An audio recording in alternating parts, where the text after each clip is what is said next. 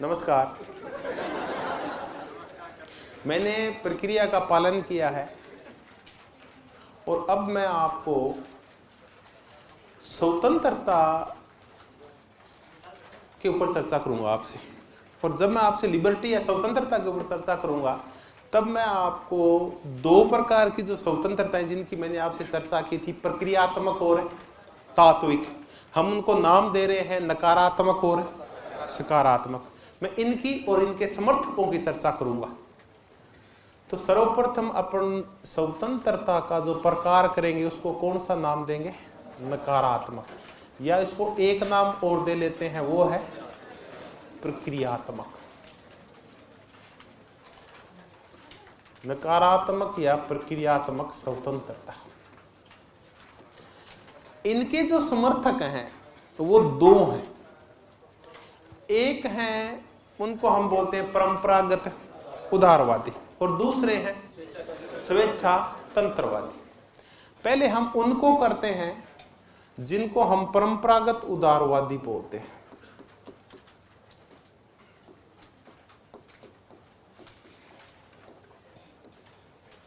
परंपरागत उदारवादियों की वास्तव में उदारवाद की शुरुआत होब्स से होती है, लोक से होती है। लेकिन एक प्राकृतिक स्वतंत्रता की या प्राकृतिक अधिकार की चर्चा कौन शुरू कर देता है? होब्स कर देता है।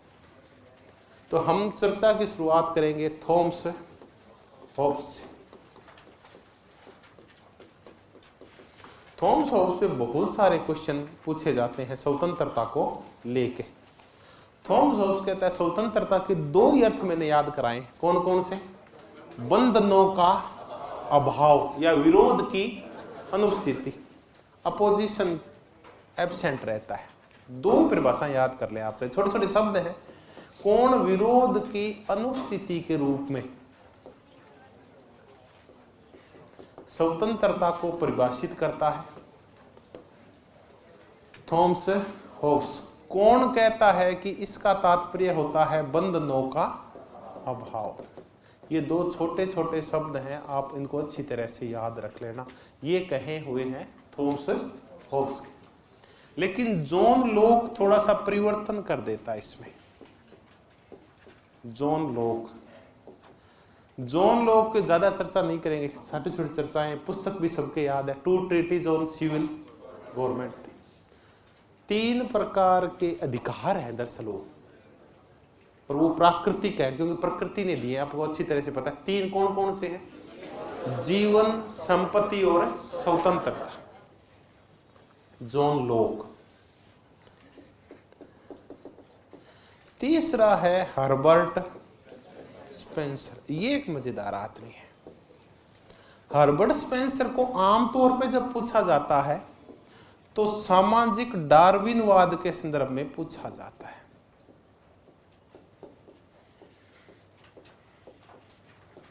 अब एक क्वेश्चन तो यही बन गया कि सामाजिक डार्विनवाद किस प्रकार की स्वतंत्रता का समर्थन करता है? नकारात्मक या प्रक्रियात्मक स्वतंत्रता या राजनीतिक और नागरिक स्वतंत्रता। आ गया। अब पहले हम समझते हैं डार्विनवाद को, फिर हम समझेंगे सामाजिक डार्विन, क्योंकि इस पर चर्चा और भी चलेगी आगे। डार्विनवाद क्या होता है?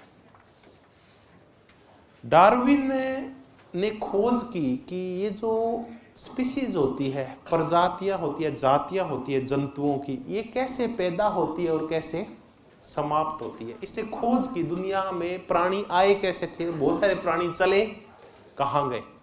तो इसने एक सिद्धांत दिया बड़ा जोरदार, योग्यतम की उत्तरजीविता। ये सब देखो बड़ा जोरदार है, योग्यतम की उत्तरजीविता।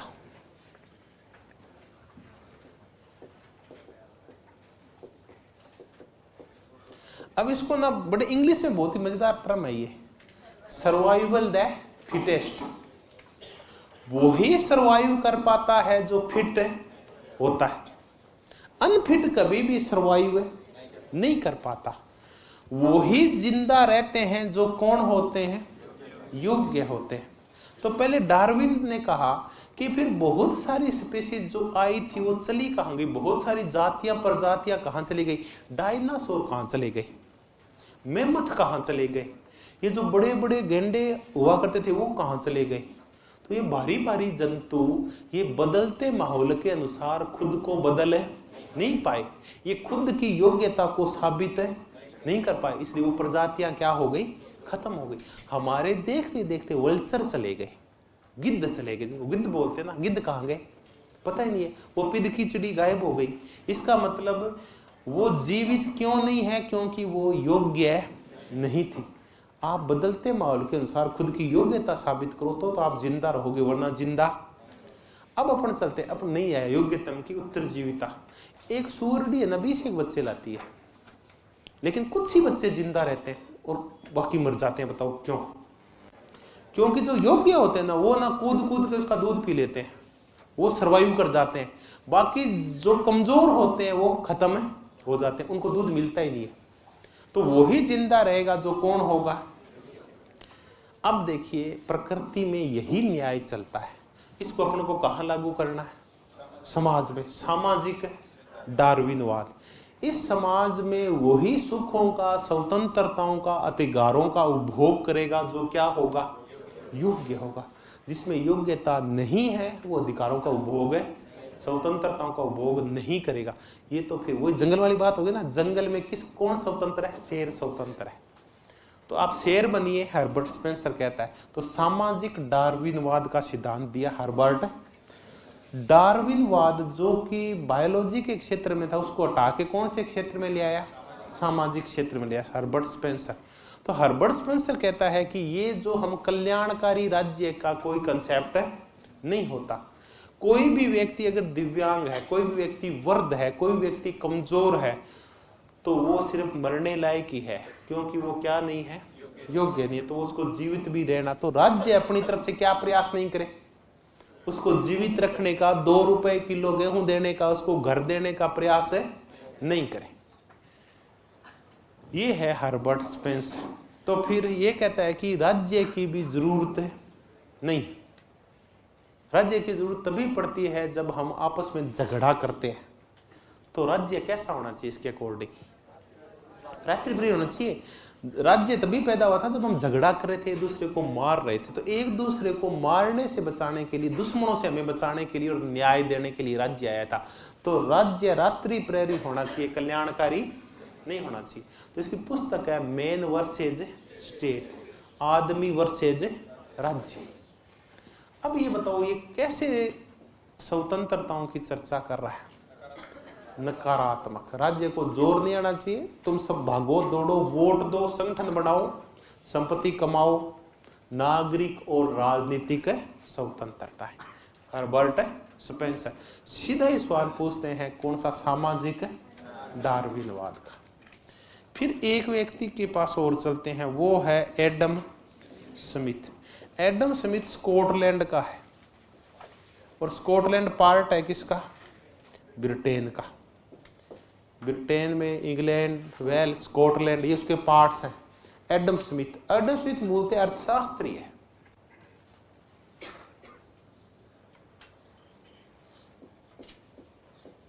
एडम स्मिथ ने जो भी विचार दिए वो विचार दिए वाणिज्यवाद के खिलाफ। वाणिज्यवाद एक और शब्दावली है इसकी, वणिकवाद। ये अपने जब पहली क्लास हुई थी मैंने आपको उसमें वाणिज्यवाद और क्या समझाया था? वणिकवाद एक ही शब्दावली है, वणिकवाद। राजाओं ने क्या किया? सामंतों के प्रभाव से मुक्त होने के लिए व्यापारियों को बढ़ावा दिया। तब अपने यहाँ पुर्तगाल से वास्को डी गामा आया ताकि भारत से व्यापार कर सके। व्यापारी पैसा कमाएंगे तो वो पैसा खजाने में जाएगा, और खजाने में जाएगा तो सामंतों की फिर खजाना भरने के लिए जरूरत नहीं होगी। तो राजाओं ने अपने नियंत्रण में, राज्य ने अपने नियंत्रण में आयात और निर्यात की नीतियों का निर्धारण किया। उन्होंने व्यापारियों से कहा कि तुम दूसरे देशों में जाओ, अगर कोई तुम्हारे दिक्कत भी आती है तो हम तुम्हें सेना भी देंगे। तब ब्रिटेन ने ईस्ट इंडिया कंपनी को क्या उपलब्ध कराई थी? सेना। तब फ्रांस ने डुप्ले को सेना उपलब्ध करवाई थी। राज्य क्या कर रहा है बताओ? व्यापार कर रहा है, ईस्ट इंडिया कंपनी को सेना दे रहा है, यानी सेना किसको दे रहा है? व्यापारियों को। तो राज्य आर्थिक मामलों में हस्तक्षेप है, हस्तक्षेप कर रहा है, हस्तक्षेप कर रहा है। वणिकों से कह रहे तुम जाओ व्यापार करो, पैसा लाओ, अब खुद भी खाओ, राज्य को भी दो, हम तुम्हें सेना देंगे, सुविधाएं देंगे, आने जाने के लिए जहाज देंगे, चप्पू देंगे, सैनिक देंगे, नौ सैनिक देंगे। राज्य कोशिश कर रहा है कि ज्यादा से ज्यादा निर्यात करे और कम से कम आयात करे, अपना मार्केट खुला नहीं छोड़ रहा, बाजार में हस्तक्षेप कर रहा है कि कोई भी माल मेरी इजाजत के बगैर अंदर है नहीं आएगा, और कोई मेरी इजाजत के बगैर बाहर है। तो इसको बोलते हैं वणिकवादिया, जिसमें राज्य आर्थिक मामलों में लेसेज फेयर की बजाय, हस्तक्षेप की बजाय हस्तक्षेप कर रहा है। इसको वणिकवाद बोलते हैं। अब कौन आया? एडम स्मिथ बोला ऐसा मत करो, व्यापारियों को, उद्योगपतियों को क्या छोड़ दो? खुला। मांग, पूर्ति और उत्पादन की शक्तियां अपने आप ही बाजार को सेट कर देंगी, आपको, राज्य को कुछ भी करने का जरूरत नहीं। बाजार जानता है कि क्या चीज पैदा करनी है, क्या पैदा नहीं करनी, किसका व्यापार करना है, किसका व्यापार नहीं करना। तो एडम स्मिथ ने एक इनविजिबल हैंड का विचार दिया, अदृश्य हाथ। अदृश्य हाथ का तात्पर्य होता है, इसी से मिलता जुलता शब्द है हस्तक्षेप। ऐसे को इंग्लिश में बोलते हैं लेसेज फेयर। फिर बता दूं, ये शब्दावली सिर्फ आर्थिक स्वतंत्रता की या बाजारी स्वतंत्रता से जुड़ी हुई है, हस्तक्षेप। इसका और प्रकार की स्वतंत्रताओं से संबंध नहीं है। लेसेज फेयर का तात्पर्य होता है बाजार को खुला छोड़ दो, मांग और पूर्तियों को सब कुछ करने दो।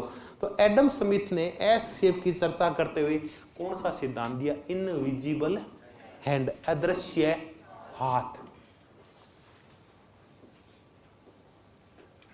अदृश्य हाथ, अदृश्य हाथ का तात्पर्य क्या होता है? राज्य बाजार के मामलों में अपना हाथ नहीं घुसाएगा। जब तक सही तरीके से मांग और पूर्तियों की शक्तियां कार्य कर रही है तब तक तो कुछ करेगा नहीं। गड़बड़ करेगी अगर मांग और पूर्ति की शक्तियां, कुछ लोगों ने एकाधिकार कर लिया बाजार पे, तब राज्य का हाथ अदृश्य नहीं रहेगा, बल्कि क्या हो जाएगा? दृश्य हो जाएगा। डाटा की कीमतें डिसाइड करेगी मांग और पूर्ति। कंपटीशन है, खुली प्रतियोगिता है। एयरटेल दौड़ रही है, बीएसएनएल दौड़ रहा है, और जियो दौड़ रहा है, वोडा दौड़ रहा है। दौड़ने दो इनको, मांग और पूर्तियों से आपसी प्रतिस्पर्धा से बाजार सेट हो जाएगा। लेकिन हुआ क्या कि ओलिगोपोली करके, नेताओं को खरीद के, और एक कंपनी हावी हो जाती है, 5G के सारे स्पेक्ट्रम खुद खरीद लेती है, और मन मर्जी के क्या लेती है? पैसे लेती है। तो ये मांग और पूर्ति नहीं है, बल्कि ये तो फर्जीवाड़ा है।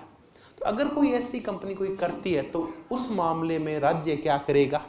हस्तक्षेप करेगा, बाकी हस्तक्षेप नहीं करेगा। बाजार में जब गड़बड़ होगी ना बड़े लेवल की, तभी उसमें हस्तक्षेप करेगा, बाकी अपने हाथ को अदृश्य रखेगा। तो एडम स्मिथ भी उन्हीं प्रकार की, यानी आर्थिक रूप से, यानी ये कुल मिला के कौन सी स्वतंत्रता है? संपत्ति की स्वतंत्रता की चर्चा कर रहा है। John Locke, Herbert Spencer, Thomas Hobbes और एडम। जॉन लॉक पे आप मत करें चर्चा, क्योंकि इसकी तो और चर्चा आती है। थॉमस होब्स की बहुत ज्यादा पूछ जाती है, विरोध की अनुपस्थिति और बंधन का अभाव। हर्बर्ट स्पेंसर का सामाजिक डार्विनवाद, और एडम स्मिथ का अदृश्य। ये शब्दावलियां कई बार मिलानी आ जाती है अपने। अब चर्चा करते हैं। मैंने आपको 2 उपयोगितावादी भी बताए थे, कौन कौन से? अब उपयोगितावादी किस प्रकार की स्वतंत्रता के पक्षधर है? आप बताओ। नकारात्मक के पक्षधर है। अभी तक हम कौन सी स्वतंत्रता कर रहे हैं? नकारात्मक कर रहे हैं। मैंने अभी आपको परंपरागत उदारवादी कराए, और इसी की एक धारा है उपयोगितावाद। परंपरागत उदारवाद की धारा है उपयोगितावाद। अब वो करवाता हूं। उपयोगितावाद,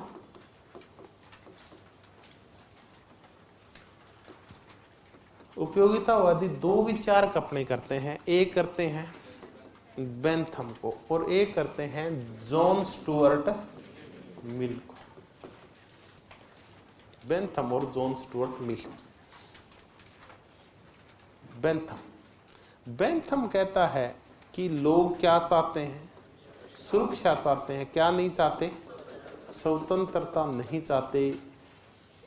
ये अभी कोई महत्वपूर्ण शब्द नहीं है। ये जब अपन स्वतंत्रता को समेटने लगेंगे ना, तब मैं आपको एक और थिंकर कराऊंगा, सैमुअल पी हंटिंगटन। तब बेंथम की दोबारा चर्चा आएगी कि एक तरफ सुरक्षा है और एक तरफ स्वतंत्रता है। लोग कोई भी निर्णय कब करते हैं, जब किसी भी चीज की लाभ और क्या देख लेते हैं, हानि, उसकी मात्रात्मक गणना कर लेते हैं, सुखों की गणना कर लेते हैं, फिलोसॉफिक कैलकुलेशन कर लेते हैं। शब्द याद आगे, कौन सा कैलकुलेशन, सुखवादी गणना। उसके बाद लाभ हानि पे तोल के वो निर्णय करते हैं कि एक तरफ स्वतंत्रता है और एक तरफ सुरक्षा। क्या चाहिए बताओ, पहले सुरक्षा चाहिए, फिर क्या चाहिए, स्वतंत्रता चाहिए। तो ये है बेंथम, जो कहता है सुरक्षा चाहिए, स्वतंत्रता नहीं चाहिए। दूसरी तरफ है जेएस मिल, ये कहता है कि स्वतंत्रता अपने आप में भी क्या है, एक मूल्य है। सुरक्षा के आधार पर इसको तोला नहीं जा सकता। तो ये कहता है कि स्वतंत्रता साध्य है, जबकि बेंथम कहता है कि वो आपकी सुखों की पूर्ति का क्या है, साधन है। अगर स्वतंत्रता आपका सुख बढ़ा रही है तो वो मान्य है, अगर नहीं बढ़ा रही है तो मान्य है। ये कहते हैं कि स्वतंत्रता का सुख दुख से कोई मतलब नहीं है, तो हमेशा ही अपने आप में क्या होती है, साध्य। इसको सुख और दुख के आधार पे तोला नहीं। स्वतंत्रता तो अत्यंत महत्वपूर्ण चीज है, तो स्वतंत्रता साध्य है। बेंथम कहता है कि स्वतंत्रता साध्य नहीं है, बल्कि स्वतंत्रता साधन है, क्या बढ़ाने का, सुख बढ़ाने का। ये कहते नहीं, ये सुख बढ़ाने का साधन नहीं है, बल्कि अपने आप में क्या है, ये साध्य है। सुख स्वतंत्रता बढ़ाते हैं, स्वतंत्रता सुख बढ़ाने का साधन है नहीं है। तो सुख किस पे निर्भर है, स्वतंत्र। चलिए, तो सुखों की बजाय स्वतंत्रता ज्यादा जरूरी है। अपने आप ये आएगी तो सुख अपने आप आ जाएंगे। स्वतंत्रता साध्य है जेस मिल की नजर में। फिर जेस मिल कहता है कि स्वतंत्रताएं मूलतः कितने प्रकार की करते हैं, दो करते हैं। एक बार वो संग वाली छोड़ देते हैं, एक बार कितने, दो प्रकार की करते हैं। तो ये कहता है स्वतंत्रताएं दो प्रकार की है। एक है विचार व अभिव्यक्ति की स्वतंत्रता, और दूसरी है कार्य की स्वतंत्रता। विचार और अभिव्यक्ति की और कार्य की स्वतंत्रता। ये विचार और अभिव्यक्ति की स्वतंत्रता इसके लिए कहता है कि इसमें होगा एस शेप का न्यूनतम क्षेत्र। इसको हम बोलते हैं चिंतन और मनन की स्वतंत्रता भी बोलते हैं। विचार अभिव्यक्ति को हम चिंतन और मनन की भी बोलते हैं, चिंतन व मनन। क्योंकि चिंतन और मनन करेंगे तभी हमारे मन में क्या पैदा होंगे, भांति भांति के नए नए। ये क्या हुआ, एस शेप का न्यूनतम क्षेत्र। इसका तात्पर्य है नॉन इंटरफेरेंस। इस मामले में आपको क्या करना है, कम से कम हस्तक्षेप करना है। दूसरा है कार्य की स्वतंत्रता। कार्य दो प्रकार के होते हैं, एक होते हैं स्वविषयक और एक होते हैं परविषयक। स्वविषयक और परविषयक। स्वविषयक कार्य कौन से होते हैं, वो कार्य जिनके परिणाम आप खुद को भोगने पड़ते हैं, वो स्वविषयक होते हैं। जिसके परिणाम दूसरों को भी भोगने पड़ते हैं, वो परविषयक कार्य है। आप एक बंद कमरे में सिगरेट पी रहे हैं तो ये कैसा कार्य है। अगर आप पब्लिक प्लेस के ऊपर ये काम कर रहे हैं तो परविषयक। आपने कानों में ईयरफोन लगा रखा है, स्वविषयक का, कितनी तेज आवाज करो। लेकिन अगर आपने लाउड स्पीकर लगाया तो ये स्वविषय के साथ साथ और क्या हो गया, स्वविषयक कार्यों के लिए वो कहता है कि ये है व्यक्तिगत स्वतंत्रता का क्षेत्र। इसको क्या बोलता है, व्यक्तिगत स्वतंत्रता का क्षेत्र है। ये व्यक्तिगत स्वतंत्रता का क्षेत्र। ये आप थोड़ा बहुत लिख लो तो इनको जोड़ना सीख जाओगे आप। ये व्यक्तिगत स्वतंत्रता का क्षेत्र है। इसमें आपको छूट है कि आप व्यक्तिगत रूप से कुछ भी करें, बशर्ते कि उसका परिणाम दूसरे भुगते नहीं। ये है। दूसरा होता है परविष्यक कार्य, जिसके परिणाम दूसरों को भोगने पड़ सकते हैं। इस संदर्भ में सत्ता के प्रतिबंध आते हैं।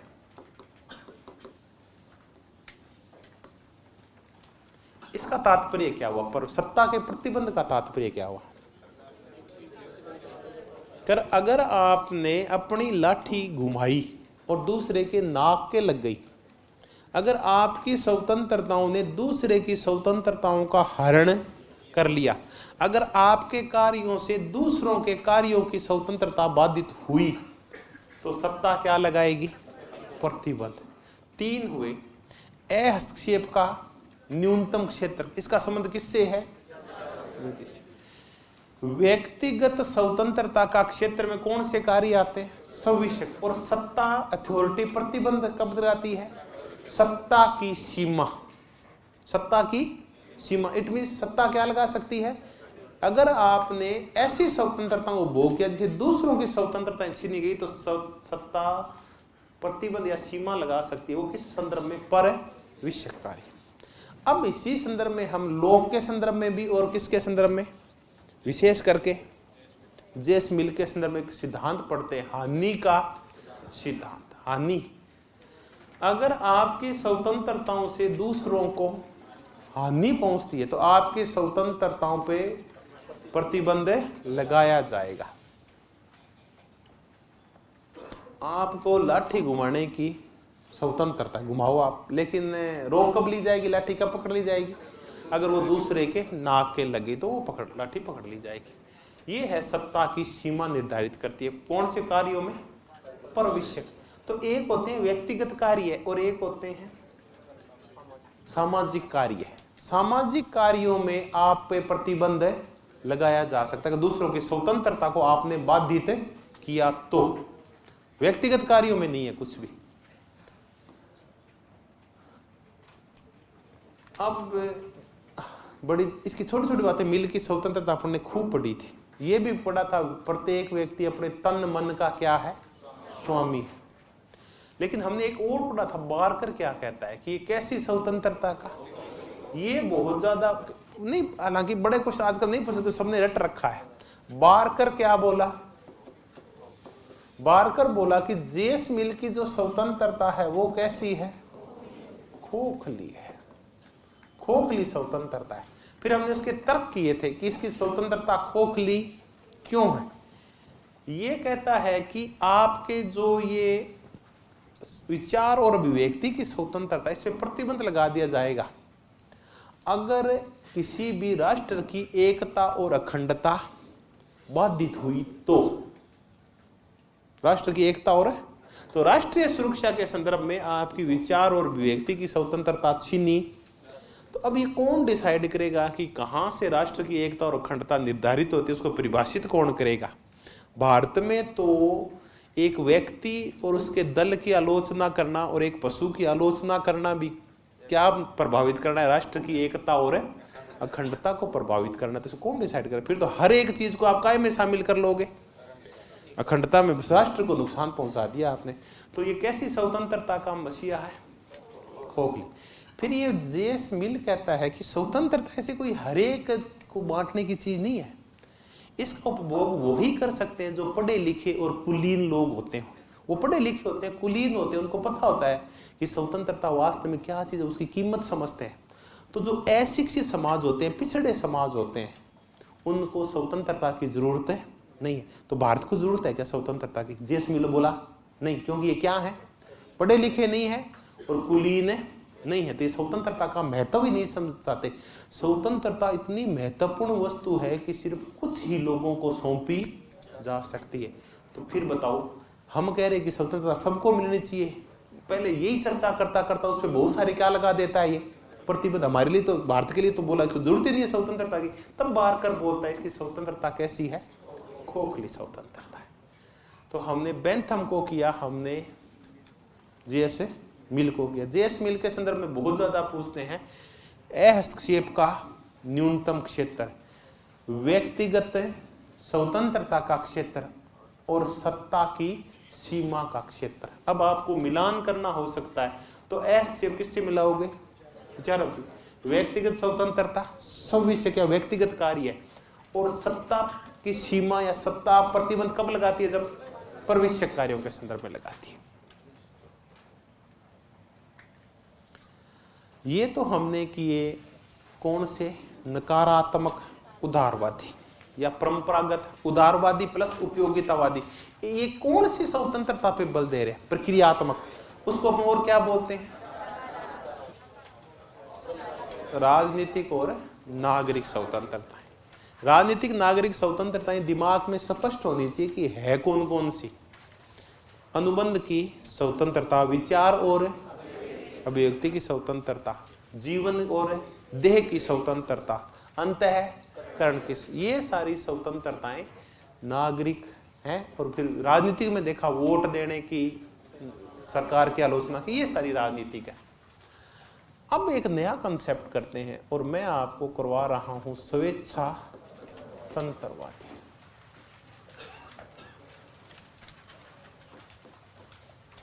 अपन एक आज नई चीज करते हैं, ऑनलाइन वाले भी ऑफलाइन वाले भी पेन उठाओ और अपन करते हैं। ये स्वेच्छा तंत्रवादी है ना, ये 3 प्रकार के होते हैं।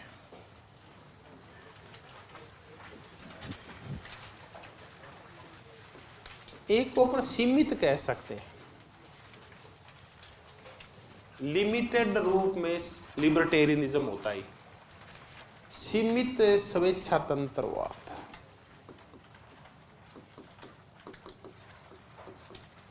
एक होता है अतिवादी।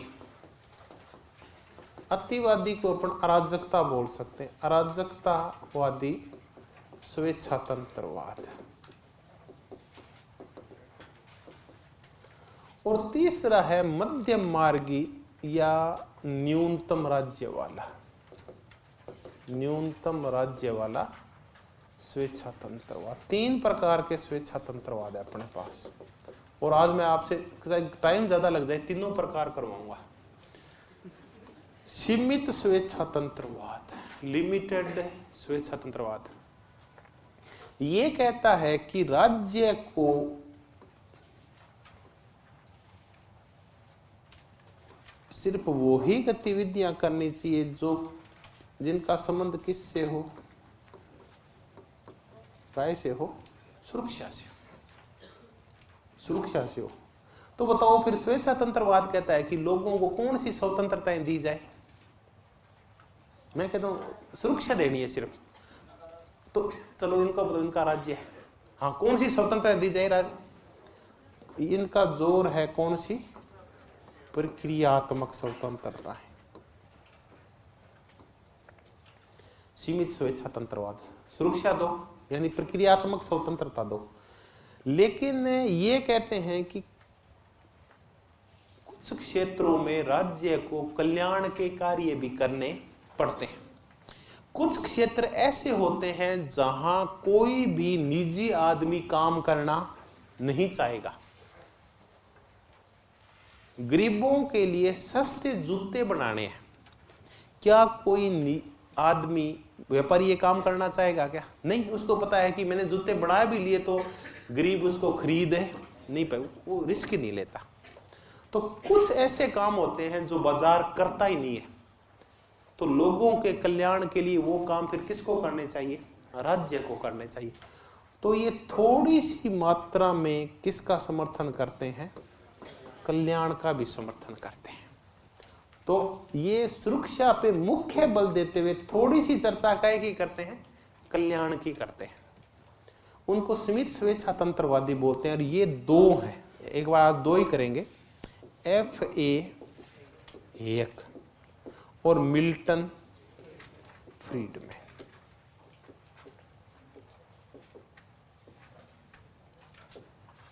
अब बताओ, कतई कोई दिक्कत नहीं है, ये रेखा 100% है ऐसा मान लेते हैं।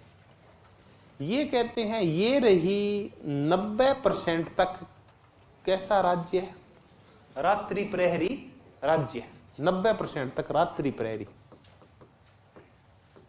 लेकिन 10% तक क्या? कल्याणकारी राज्य। कुछ गतिविधियां जो बाजार नहीं करेगा, वो गतिविधियां, आर्थिक गतिविधियां राज्य को करनी पड़ेगी। राज्य का काम क्या होता है? मूलतः सुरक्षा करना होता है, बाजार चलाना नहीं होता। लेकिन कई बार क्या होता है, कुछ मामलों में राज्य को बाजार भी चलाना पड़ सकता है। मान लेते अकाल पड़ गया, अकाल पड़ते ही अन्न की क्या हो गई? कमी हो गई। अगर हमने अन्न बाजार के हवाले छोड़ दिया तो बताओ बाजार क्या करेगा? ज्यादा दाम पे बेचेगा, अकाल से पीड़ित लोग मर जाएंगे। तब राज्य को अनाज की राशनिंग करनी चाहिए, तब फिक्स कर देना चाहिए कोई भी व्यापारी इससे ज्यादा अनाज रखेगा नहीं और इससे ज्यादा कीमत वसूल है। तब देखा हमने राज्य को बाजार के मामले में वो अनाज वाला काम भी करना पड़ता है। लेकिन कुछ स्थितियां बिगड़ जाए ना, तब करना चाहिए, सब वैसे नहीं करना चाहिए। तो ये देखेंगे, हालांकि रात्रि प्रहरी राज्य के समर्थक हैं, लेकिन फिर भी कहते हैं कि कई बार राज्य को बाजार का काम भी करना चाहिए। किसके साथ साथ? सुरक्षा के साथ साथ उसको कल्याण के काम भी करने। अकाल में हमने उसको अन्न बांटते हुए देखा। दूसरे कौन से हैं? अतिवादी। ये कहते हैं कि राज्य को दोनों ही काम नहीं करने चाहिए, न तो सुरक्षा करनी चाहिए और न कल्याण। तो इन्होंने तो कल्याण वाला तो कंसेप्ट ही बंद कर दिया, एक और कंसेप्ट बंद कर दिया। कौन सा? सुरक्षा वाला। ये कहते हैं सुरक्षा भी निजी कंपनियों को सौंप दो, पुलिस का प्राइवेटाइजेशन कर दो और मिलिट्री का भी, उसका भी निजीकरण कर दो। तो ये तो सुरक्षा तक का निजीकरण कर देते हैं और न्यायपालिका का भी निजीकरण कर दो। तो ये तो कहते हैं कि राज्य होगा ही नहीं, क्योंकि राज्य करता क्या है? ये तो काम करता है, कल्याण तो वैसे नहीं कर रहा, फिर कौन सा काम बच गया? तो राज्य के पास पुलिस है, मिलिट्री और न्यायपालिका है। ये कहता है ये तीनों काम भी राज्य से लेके क्या कर दो? उसका निजीकरण कर दो। लोग पुलिस को पैसा देंगे, उनको जो थाना अच्छा लगेगा वहां केस करवाएंगे, अपना पैसा देंगे, खुद की अच्छी मिलिट्री रख लेंगे, हथियार वथियार का पैसा इकट्ठा कर लेंगे। राज्य क्या हो गया है? गायब हो गया। तो कैसा? अराजकतावादी, स्वतंत्रवादी या अतिवादी। ये कल्याण के साथ साथ कौन से काम और ले लेते हैं? सुरक्षा वाले काम और ले लेते हैं। अब ये कौन है? तो ये है मूरे रोथबार्ड, और एक इसका बेटा है मिल्टन फ्रीडमैन का, मैं उसका नाम भूल रहा हूं अभी, माफी चाहूंगा, मैं कल बता दूंगा आपको। इसका है, इस ये मिल्टन फ्रीडमैन, इसकी आज चर्चा करें। इसका बेटा है, वो इतना आगे बढ़ गया है। तो बाप, वो क्या बोलते हैं, उससे बेटा उससे सवाया है। बाप सुरक्षात्मक राज्य को बढ़ावा देता हुआ थोड़ी बहुत मात्रा में किसको स्वीकार करता है? कल्याण को स्वीकार करता है। बेटा कल्याण को गायब को तो करता ही करता है, और किसको गायब कर देता है? सुरक्षा को भी गायब करता है। ये फ्रीडमैन का बेटा है। एक और फ्रीडमैन है कोई। तीसरा है न्यूनतम राज्य स्वेच्छातंत्रवाद। ये आयन रैंड का है। आपको याद रह जाए तो ठीक है, मत रखना। लेकिन एक व्यक्ति हमें अभी तक गायब नजर आ रहा है, बताओ कौन सा? नोजिक आ रहा है ना, न्यूनतम राज्य है, मिनिमल स्टेट वाला, है ना। इसको बोलते हैं अपना रॉबर्ट नोजिक। ये मध्यम मार्गी है। मध्यम मार्गी का तात्पर्य है कि ये राज्य को सिर्फ कौन से काम दे रहा है? सुरक्षा के। कौन से काम नहीं दे रहा? कल्याण के। राज्य कम से कम कार्य करेगा, वो सिर्फ सुरक्षा करेगा। अब देखो, बिल्कुल सिंपल याद रखने के तरीके हैं। आप भले ही एक एक आदमी याद रख लो, यहां तो दोनों रखने पड़ेंगे, एफ है एक और मिल्टन फ्रीडमैन। यहां आपको रखना पड़ेगा मूरे रोथबार्ड, और यहां रखना पड़ेगा रॉबर्ट नोजिक। अब सिंपल तरीके से याद करते हैं। कौन कहते हैं कि राज्य न तो सुरक्षा करेगा और न ही कल्याण करेगा? अतिवादी। दोनों ही काम नहीं करेगा, राज्य गायब हो जाएगा। कौन कहते हैं कि वो सुरक्षा भी करेगा और थोड़ा बहुत कल्याण भी करेगा? वो कौन है? ये सीमित स्वेच्छा। कौन कहते हैं कि वो सिर्फ सुरक्षा करेगा, कल्याण नहीं करेगा? यहां दोनों काम करता है, यहां दोनों काम ही गायब हो जाते हैं, और यहां तो इनमें मध्यम मार्गी कौन सा है ये बताओ। ये है, एक काम तो सौंपता है। तो ये 3 प्रकार के स्वेच्छातंत्रवादी मैंने आपको करवाए, याद रह जाए तो ठीक है। एक बड़े बड़े शब्दावली। अब क्या होता है कि अब आप भले ये नाम भूल जाए, सीमित स्वेच्छातंत्रवाद, अतिवादी और न्यूनतम राज्य मध्यम मार्गी, लेकिन अब आप इनको नहीं भूलेंगे। एफ ए हेक को, फ्रीडमैन को, ये मुरे रोथबार्ड है, रॉबर्ट नोजिक। अब ये स्वेच्छातंत्रवाद है, इनके भांति भांति के रूप है जिनकी हमने चर्चा की। बर्लिन इनमें से नहीं है कोई भी, और बर्लिन आएगा भी तो किस में आएगा? सीमित में आएगा। मैंने बर्लिन का नाम नहीं पढ़ा, मैंने 2-3 जगह ना ये कंसेप्ट पढ़े, स्वेच्छातंत्रवाद के रूप पढ़े, लेकिन बर्लिन को मैंने कहीं नहीं पढ़ा। बर्लिन को ज्यादातर अपन कहां पढ़ते हैं? बर्लिन की चर्चा आती है सिर्फ ओपी गाबा में आती है। हालांकि है बर्लिन कैसा, लेकिन वो इनमें से मैंने किसी धारा में किसी शामिल नहीं देखा। लेकिन शामिल भी करना भी चाहिए, बट किस धारा का तुल्य है वो इस धारा में ज्यादा मिलता है, सीमित स्वेच्छातंत्रवाद। अब मैंने आपको स्वेच्छातंत्रवाद कराया, इस ये कराने का उद्देश्य नहीं था, आप रटे नहीं इसलिए मैंने आपको करवाया। अब ये स्वेच्छातंत्रवाद क्या काय पे बल देता है बताओ? किस प्रकार की स्वतंत्रता? नकारात्मक स्वतंत्रता, राजनीतिक और नागरिक स्वतंत्रताओं बल देता है। अब ऐसे ही व्यक्तियों में हम सबसे पहले करेंगे एफ ए हेक को करेंगे। एफ ए हेक मूलतः तो ऑस्ट्रिया का था, इसने ब्रिटेन में भी पढ़ाया है और यूएस में भी काम किया इसने। एफ ए हेक ने ऐसा काम किया कि इसको 1974 में नोबेल पुरस्कार मिला। अब बताओ नोबेल पुरस्कार काय को मिला? इसको मिला काय का? अर्थशास्त्र का। और एफ ए हेक की प्रणेता है इस नव उदारवाद का, क्योंकि स्वेच्छातंत्रवाद को हम और क्या नाम दे रहे हैं? नव उदारवाद का भी नाम दे रहे हैं। तो एफ ए हेक है उसका प्रणेता। एफ ए हेक ने बहुत पहले एक किताब लिखी थी 1944, याद रह जाए तो ठीक है, वरना कोई जरूरी नहीं है। इतना याद रखना कि पुस्तक का नाम था रोड टू सर्फडम, और ये है दास्ता का मार्ग या पथ, कुछ भी कह ले, दास्ता की सड़क। बड़ी ही मजेदार मुद्दा है इसके अंदर। दास्ता, रोड टू सर्फडम, दास्ता या गुलामी की सड़क। ये कहता है कि सबसे ज्यादा जो जरूरी होती है वो कौन सी होती है? विकल्प की स्वतंत्रता होती है।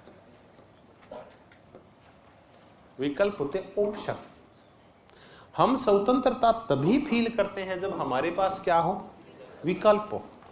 अच्छा, अब आपसे कहा गया कि आप आजाद हैं, मजे करो आप, तो आपको सिर्फ एक कंपनी दी गई, कौन सी? बिस्तर। अब आप आउटगोइंग के भी पैसे दे रहे हैं और इनकमिंग के पैसे दे रहे हैं, भाग भाग के छत पे जा रहे हैं ताकि रेंज आ जाए, तो आप स्वतंत्र फील कर रहे हैं क्या? नहीं, आपको ये लग रहा है कि बीएसएनएल के गुलाम है आप। एक ही रोडवेज बस है, वो ही चलेगी। रोडवेज की लारी, ना कोई शीशा ना कोई बारी, फिर भी बहुत सारी चढ़ती उसमें सवारी। अब आपको बिल्कुल आनंद नहीं आता था, क्योंकि उस रोडवेज बस का हॉर्न को छोड़ के हर चीज बजती थी, फिर भी मजबूरी थी, ठसाठसम भरे रहते थे, तो बिल्कुल भी स्वतंत्रता फील है। तो स्वतंत्रता तब फील होती है जब हमें क्या हो? बहुत सारे विकल्प हो, तब आनंद आता है। अब चलते हैं कि इसने ये क्यों कहा रोड टू सर्फडम, दास्ता का पथ। ये कह रहा है कि ये जो साम्यवाद आया है ना, स्टालिन वाला, कहां? रूस में, यूएसएसआर में, रूस में, सोवियत संघ के अंदर। इसने क्या किया है कि हर चीज का कितना विकल्प दिया है? एक। सरकारी स्कूल है, पढ़ना है तो पढ़ो, वरना घर पे बैठे रहो, गुरुजी आएंगे तो आएंगे वरना नहीं आएंगे। ये एक ही रेलगाड़ी है, ये साफ है या कैसी भी है, आपको बैठना तो बैठो वरना, क्योंकि हर चीज किसकी है? राज्य की है। तो राज्य हमें भी पता है कि आप बताओ, एक गांव में भांति भांति के स्कूल नहीं खोलता, कितना स्कूल खोलता है? वो एक ही स्कूल खोलता है। तो राज्य क्या करता है? आपको एक ही ऑप्शन उपलब्ध कराता है। हॉस्पिटल है तो भी कितना है? एक है वो भी राज्य का है, और कोई राज्य के प्रतियोगिता में कोई उतर ही नहीं सकता, क्योंकि निजीकरण तो यहाँ होता ही नहीं है। हर चीज जो समाज की, सार्वजनिक और राज्य की होती है, सरकारी चीज होती है। तो ये आपको स्वतंत्रता की ओर नहीं ले जाता, बल्कि दासता की, आप मजबूर है वहां जाने के लिए। तो फिर आनंद कब आता है? जब क्या होती है? विकल्प की स्वतंत्रता होती है। आपको अब धीरे धीरे क्या हो रही है? विकल्प की स्वतंत्रता मिल रही है। आपको भांति भांति की बसें हैं, भांति भांति की ट्रेन हैं, भांति भांति के एरोप्लेन है, आप जहां चाहें उसका उपभोग कर सकते हैं। तो वास्तविक स्वतंत्रता तब आती है जब हमें बहुत सारे क्या उपलब्ध कराए जाते हैं? विकल्प। अब ये विकल्प कहाँ नहीं मिलते? क्योंकि ये अब होता कैसे विचारक है? स्वेच्छा। तो ये तो पूंजीवाद के समर्थक है, तो ये किसकी आलोचना करते हैं? साम्यवाद में विकल्प नहीं होते, तो जहां विकल्प नहीं होते वहां स्वतंत्रताएं भी नहीं होती। तो कौन सी स्वतंत्रता? ऑप्शन की स्वतंत्रता। अब आप में से कई कह रहे गुरुजी कोई ऑप्शन नहीं है, बस लड़की होनी चाहिए। अब आप कैसा महसूस करते हैं बताओ? एक तो आप नौकरी लग गए, 20 फोटो आई, 50 ऑफर आई, 10 प्रकार की गाड़ियों की चर्चा हुई। अब रिच फील करते हैं ना, स्वतंत्र सा हो, मर्जी है उसको चुन के लाएंगे। अच्छा, अब आप बेरोजगार हो, कोई ऑप्शन है नहीं है आपके पास। अब आप मजबूर फील कर रहे हैं, बेचारगी फील कर रहे हैं। स्वतंत्रता में आनंद है, बेचारगी में आनंद है नहीं है। तो कई आंखों में आंसू आ गया। आपको दरअसल नौकरी लगते ही कौन सी स्वतंत्रता मिलेगी? विकल्प की स्वतंत्रता मिलेगी आपको। चलिए एफ है कि और चर्चा करते हैं। 1973 में इनकी पुस्तक आई, लॉ, लेजिस्लेशन एंड लिबर्टी। इसका तीसरा या चौथा संस्करण आया था, वो आया 1976 में। उसका नाम था law, legislation and liberty, the mirage of social justice. वो तो पुस्तक अपने जस्टिस में की थी, लॉ, लेजिस्लेशन एंड लिबर्टी।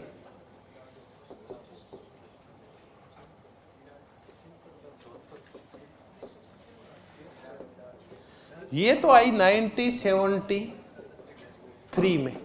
इसके आगे जब हम लगा देंगे अगला संस्करण इसका 76 में आया, इसके आगे क्या लिखा हुआ था? पुस्तक यही थी, द मिराज ऑफ सोशल, ये 76 में आया।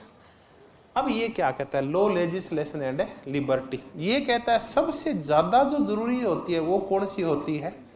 व्यक्तिगत स्वतंत्रता होती है, इंडिविजुअल फ्रीडम। तो ये वास्तव में जो नकारात्मक उदारवादी और विशेष करके जो इच्छा स्वेच्छा तंत्रवादी होते हैं ना, ये किस पे बल देते हैं?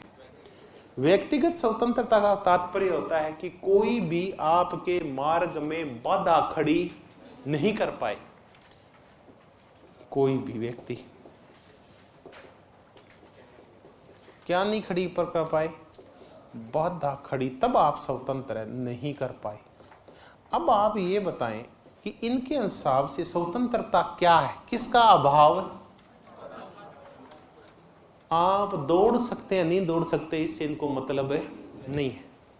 आपके रास्ते में कोई भी बाधा खड़ी, आप दौड़ लगाने के लिए क्या है? स्वतंत्र है। योग्य हो तो दौड़ लगाओ, ये कहना है एफ ए। ये का तो छोटी सी परिभाषा है कि कोई भी व्यक्ति दूसरे व्यक्ति के मार्ग में क्या नहीं खड़ी कर पाएगा? बाधा। तो यही स्वतंत्रता है। ऐसी चर्चाएं करता है। अगला एक और विचारक है, ये तो हमने किया एफ ए हेयक। ज्यादा बल किसके ऊपर है? विकल्प की स्वतंत्रता। और कौन सी स्वतंत्रता? व्यक्ति कुछ भी करने के लिए स्वतंत्र है, लेकिन स्वतंत्रता की परिभाषा ये है कि दूसरा उसके मार्ग में बाधा खड़ी, दूसरा बाधा खड़ी नहीं कर सकता। अब वो खुद के मार्ग में बाधा खड़ी कर ले तो उसका इलाज नहीं है।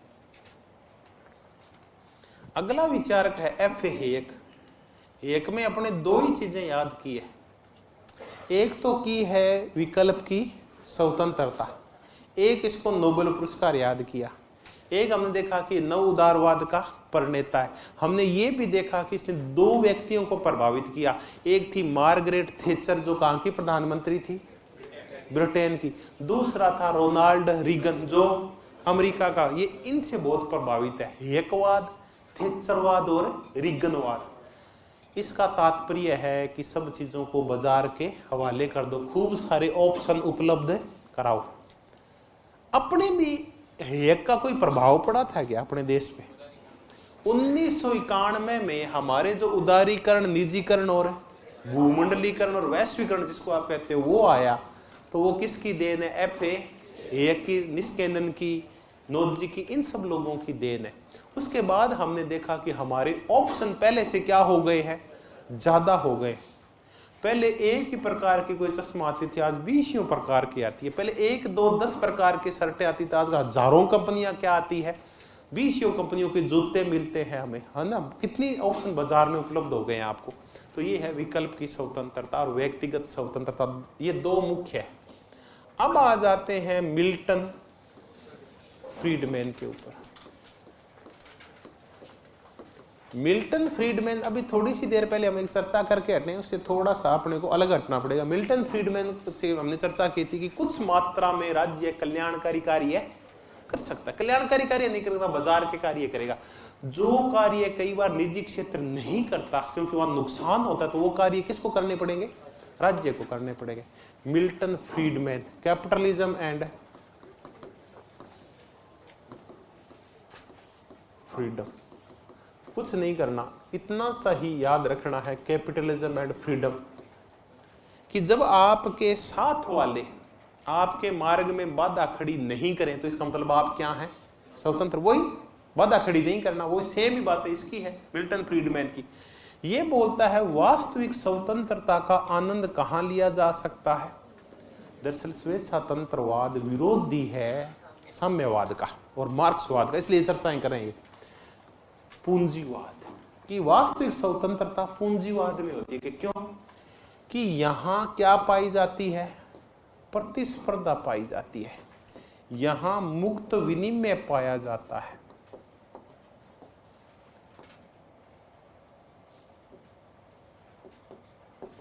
यहां निजी क्षेत्र पाया जाता है।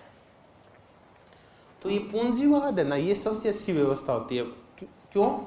क्योंकि इसमें निजी क्षेत्र के जो उद्योग होते हैं वो बिना बाजार के हस्तक्षेप के कैसा विनिमय करते हैं? मुक्त विनिमय, मुक्त लेन देन करते हैं और आपस में क्या करते हैं? प्रतिस्पर्धा करते हैं। अब फायदा किसको होता है आप बताओ? ये कहते हैं इससे फायदा किसको होता है? गड़बड़ कब होती है? जब सर्विस प्रोवाइडर कितना होता है? एक होता है। तो सर्विस प्रोवाइडर एक था और वो थी भारत की सरकार, और उसकी एक कंपनी थी, नाम था बीएसएनएल। डाटा तो थे नहीं, कॉल भी इनकमिंग और आउटगोइंग, और इनकमिंग के भी 12 रुपए 1 मिनट के लिया करता था कभी वो, 12 रुपए 1 मिनट के, और मिलता और नहीं था। इसका मतलब क्या नहीं थी? प्रतिस्पर्धा नहीं थी। यह जब प्रतिस्पर्धा बढ़ी थी तो ठीक है, अपने नेताओं ने गड़बड़ कर दी थोड़ी सी कि उसको बेचने की कोशिश कर रहे हैं। अगर उसको खड़ा रखा जाता तो आज उसके रेट क्या हो गए हमने देखा। सेवाएं भी पहले से अच्छी है, रेट भी अत्यंत कम हो गए, क्योंकि बाजार में क्या हो गई है?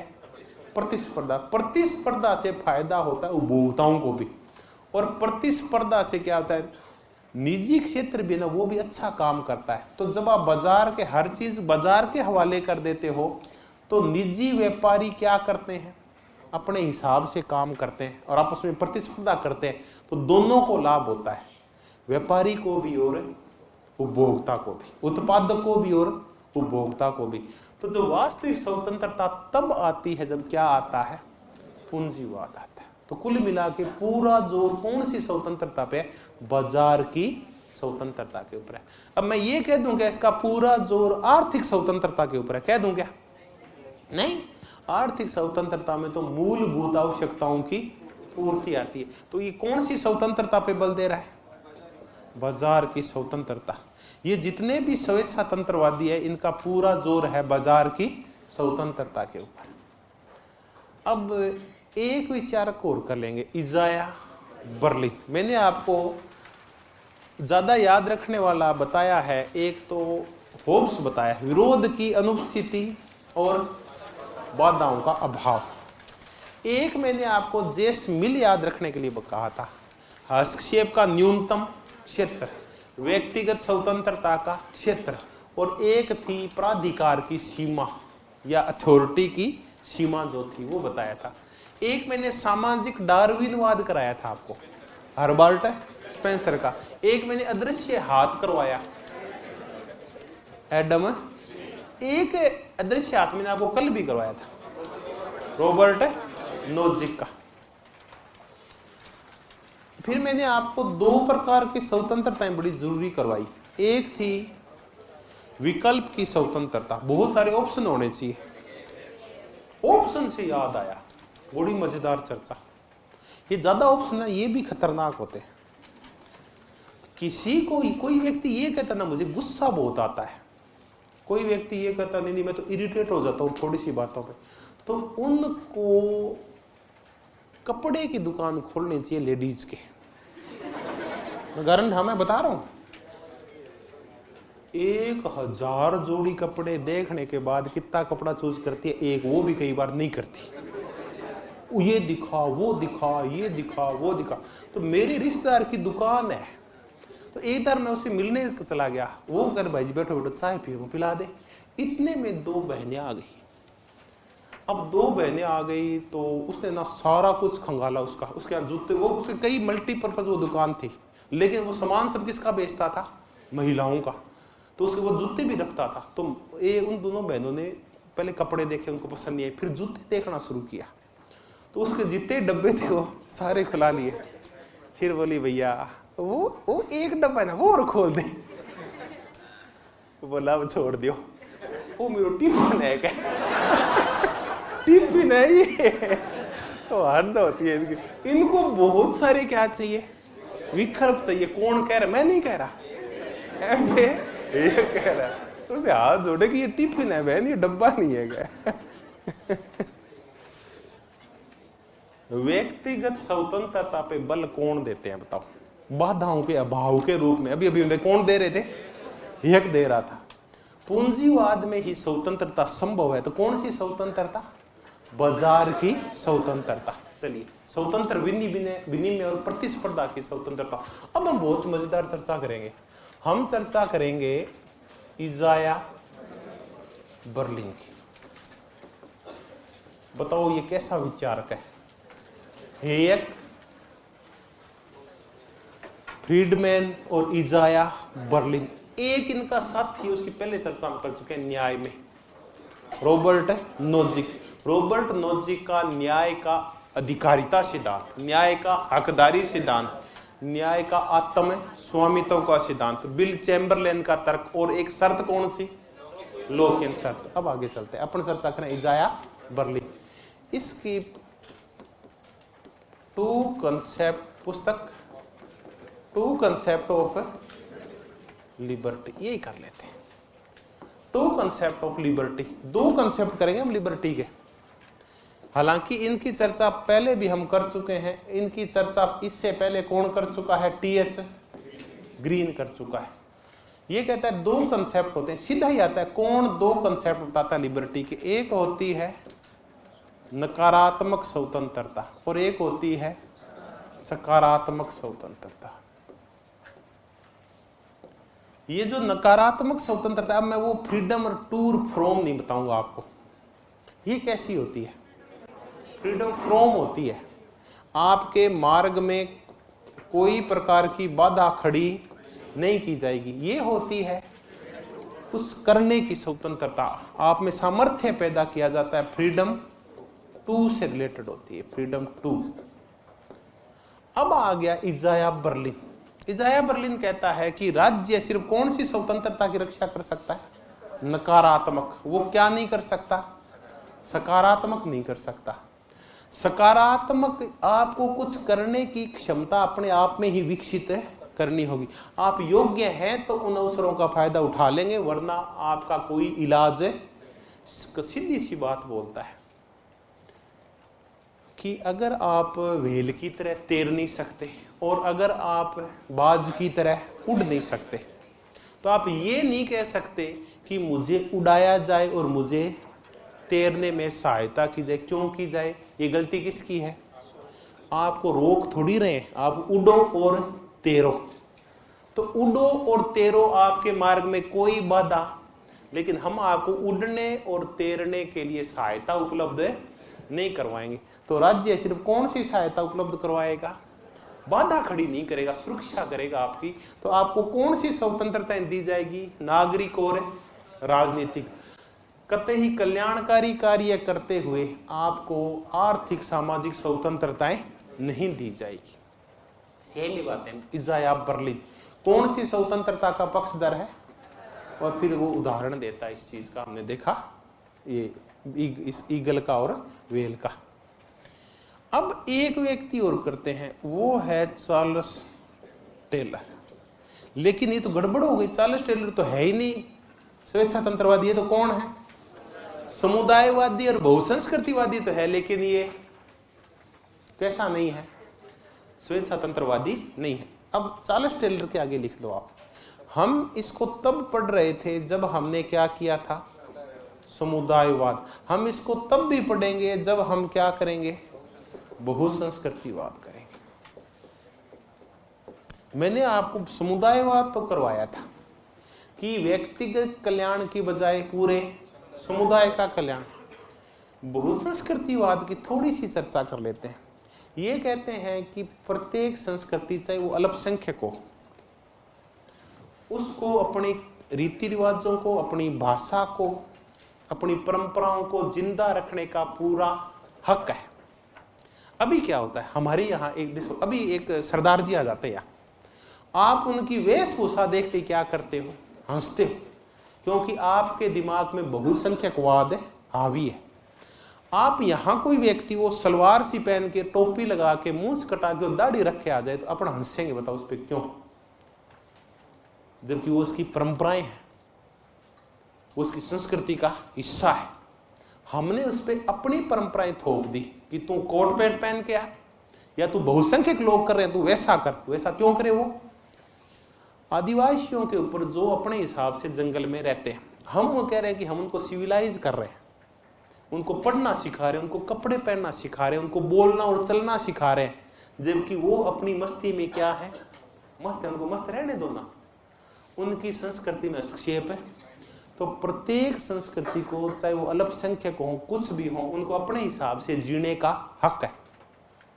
तब ये जो ट्रांसजेंडर के अधिकार है, ट्रांसजेंडर जानते हैं आप कौन होता है? ट्रांसजेंडर थर्ड लिंग वाले, जिनको आप तृतीय लिंग बोलते हैं, न स्त्री होते हैं न पुरुष होते हैं, इनको अपने हिसाब से जीने का हक होना चाहिए। जो इंडिजिनस होते हैं, जो मूल निवासी होते हैं, जैसे अमेरिका के मूल निवासी कौन है? रेड इंडियंस है। जैसे माओरी न्यूजीलैंड के, उनको अपने हिसाब से जीने का हक होना चाहिए। अपने यहाँ भील है, वो मूल निवासी हैं, शहरिया हैं, वो अपने हिसाब से अपनी संस्कृति की रक्षा करते हुए जी सके, अपने रीति रिवाजों का पालन कर सके। हम बहुसंख्यक लोग जो अपने आप को सिविलाइज्ड समझते हैं, ज्यादा सभ्य समझते हैं, वो उन पे अपनी चीजें थोपे नहीं।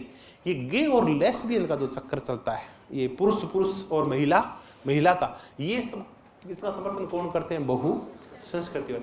तो चार्ल्स टेलर ऐसा ही एक आदमी है जो समुदायवादी भी है और बहुसंस्कृतिवादी। हर एक संस्कृति उसकी सम्मान और इज्जत होनी चाहिए। चार्ल्स टेलर कहता है कि स्वतंत्रताएं दो प्रकार की होती है।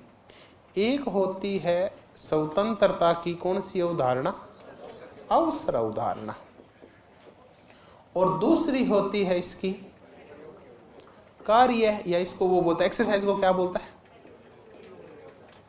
एक्सरसाइज या प्रयोग अवधारणा। ये बड़ी मजेदार है दोनों। अब अवसर अवधारणा, इसका संबंध है फ्रीडम फॉर नहीं फ्रॉम, और इसका संबंध एक्सरसाइज या फ्रीडम टू। अब आया आनंद। इतना याद करते हैं, स्वतंत्रता की अवसर अवधारणा और स्वतंत्रता की कार्य अवधारणा या प्रयोग अवधारणा या एक्सरसाइज अवधारणा, ये विभाजन है किसका? चार्ल्स टेलर का। टू कंसेप्ट ऑफ लिबर्टी में स्वतंत्रता को नकारात्मक और सकारात्मक रूप से कौन विभाजित करता है? इजाया बर्लिन करता है। तो अवसर अवधारणा किस प्रकार की है? नकारात्मक, और एक्सरसाइज सकारात्मक अवधारणा है। तो स्वतंत्रता की अवसर अवधारणा, स्वतंत्रता की प्रयोग अवधारणा, दो शब्दावली और होगी जिसका संबंध किससे? चार्ल्स से। ये यहां इसलिए आ गया क्योंकि ये किससे मिलती जुलती है, लेकिन इनमें गड़बड़ है। इजाया बर्लिन सकारात्मक की बजाय, फ्रीडम टू की बजाय किसका समर्थक है? फ्रीडम फ्रॉम का। लेकिन चार्ल्स टेलर दोनों की चर्चा करता हुआ इसकी बजाय किसका समर्थक है? फ्रीडम टू का समर्थक है। अब मैं मुद्दे को समेटता हूं और चार्ल्स टेलर के साथ समेटता हूं और मैं फिर बताता हूं कि स्वतंत्रता है क्या दरअसल। अब तक मैंने जो कराया तो मैं वापस रिपीट कराऊंगा, आप 2 मिनट का धैर्य और रखना पड़ेगा आपको। अब अपने स्वतंत्रता को अब बड़े ना मजेदार तरीके से परिभाषित करते हैं। स्वतंत्रता में क्या क्या आता है? स्वतंत्रता में आता है बहुत सारे हमारे पास क्या हो? विकल्प हो। हमें उन विकल्पों का चयन करने की क्या हो? स्वतंत्रता। और हमारे अंदर क्या हो? सामर्थ्य हो, या उन विकल्पों का व्यवहार में प्रयोग कर पाए। ये तीनों चीजें आती है, कर पाए। अब आई मजेदार परिभाषा स्वतंत्रता की। हमारे पास बहुत सारे विकल्प होने चाहिए। प्रत्येक व्यक्ति को बिना जाति, धर्म, राष्ट्र, नरजाति, लिंग उनका चयन करने की स्वतंत्रता होनी चाहिए और आप में उन विकल्पों को व्यवहार में प्रयोग करने का सामर्थ्य होना चाहिए, तब स्वतंत्रता पूरी होती है। अब देखते हैं, आपको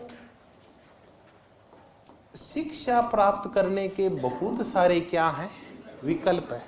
20 प्राइवेट स्कूल हैं और 20 सरकारी स्कूल है और 20 सेंट्रल गवर्नमेंट के स्कूल है। विकल्प की कोई कमी नहीं। तो क्या आप स्वतंत्र हैं क्या? चलो, दूसरा हुआ क्या कि चयन करने की स्वतंत्रता आपसे छीन ली गई। लड़कियों से कहा गया कि ये जो विकल्प है ना, ये हैं तो बहुत सारे, लेकिन तुम इनका चयन, प्राइवेट वाले हैं वो तो बेटा जाएगा और सरकारी में बेटी जाएगी। तो बताओ, क्या लड़कियां स्वतंत्र हैं क्या? नहीं। तो चयन करते वक्त किसी भी प्रकार का कोई प्रतिबंध होना नहीं चाहिए। धर्म, जाति, ये नहीं है कि प्राइवेट स्कूल है वो सिर्फ अगड़ों के लिए हो, पिछड़ों के लिए नहीं हो। बहुत सारे स्कूल होने चाहिए और सबके लिए खुले होने चाहिए स्कूल, कोई भी वहां आ सकता है बिना किसी भेदभाव के। तीसरा है कि शिक्षा के लिए बहुत सारे स्कूल थे, लड़कियों को कहा गया कि सारे स्कूल तुम्हारे लिए भी है, चाहे प्राइवेट हो चाहे सरकारी हो। लेकिन लड़कियां बोली कि हमारे पास पढ़ने के लिए पैसे नहीं। अब बताओ, तो आपको क्या करवाना पड़ेगा? पढ़ने के लिए उनको पैसा उपलब्ध कराना पड़ेगा, या उनको स्कॉलरशिप देनी पड़ेगी, या स्कूल जाने के लिए साइकिल देनी पड़ेगी, या उनको फ्री में पुस्तकें देनी पड़ेगी और फ्री में ड्रेस भी देनी पड़ेगी। तब स्वतंत्रता पूरी होती है।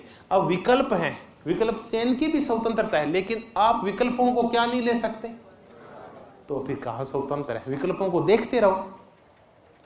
चयन करोगे तो चयन करने का आप में क्या, चयन कर भी लिया कि ओहो मुझे ना कितने अच्छे अच्छे स्कूल है, मेरे को ये स्कूल पसंद है।